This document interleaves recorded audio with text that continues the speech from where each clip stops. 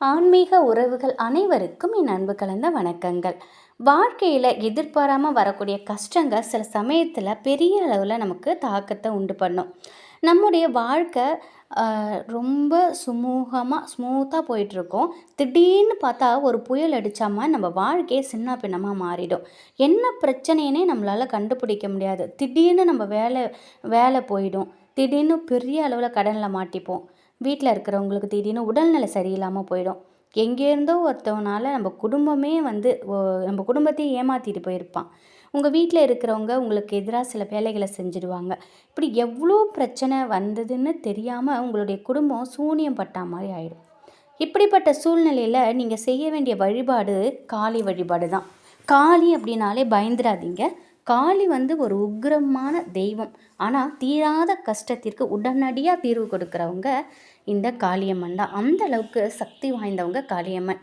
செவ்வாய்க்கிழமை தோறும் ராகு கால நேரத்தில் மாலை 4:30லேருந்து 6 மணிக்குள்ளே நீங்கள் காளி கோவிலுக்கு போகணும். 2 மண் அகல் விளக்கு எடுத்துக்கணும். அதில் நல்லெண்ணெய் ஊற்றி திரி போட்டு நீங்கள் தீபம் ஏற்றணும். காளி கோவிலில் கட்டாயமாக சூளம் இருக்கும். அதில் 3 எலுமிச்சப்பழம் நீங்கள் வாங்கிட்டு போங்க. உங்கள் உள்ளங்கையில் வச்சு உங்களுடைய குடும்பத்தில் இருக்கக்கூடிய பிரச்சனைகள் எல்லாத்தையுமே சொல்லுங்கள்.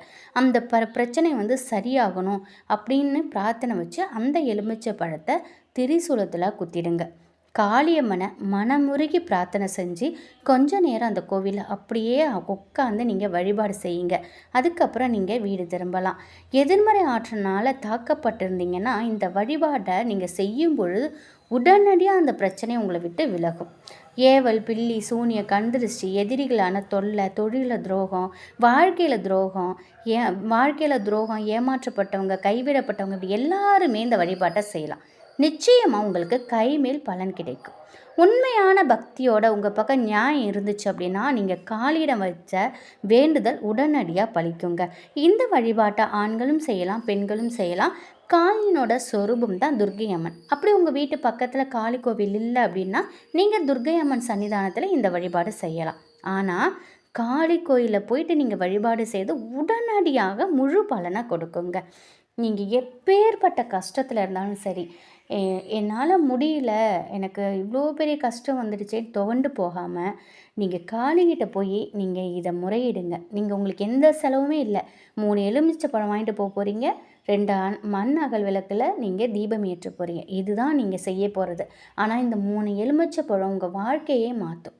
காளி மேலே உண்மையான முழு பக்தியோடு நீங்கள் போங்க. உங்களுக்கு இருக்கக்கூடிய அனைத்து வித கண்திருஷ்டி எல்லா தொல்லையுமே உங்களை விட்டு நீங்கும். முழு நம்பிக்கையோடு இதை செய்து பாருங்களேன். கண்டிப்பாக முழு பலன் கிடைக்கும்.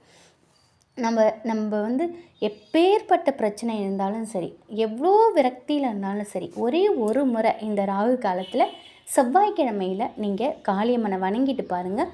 உங்கள் வீட்டில் இருக்கக்கூடிய அனைத்து எதிர்மறை ஆற்றலும் அனைத்து தீய சக்திகளும் உங்களை விட்டு போகும். உங்களுக்கு ஒரு நல்ல பிரகாசமான வாழ்க்கையை காளியம்மன் உங்களுக்கு உண்டாக்கி தருவாங்க.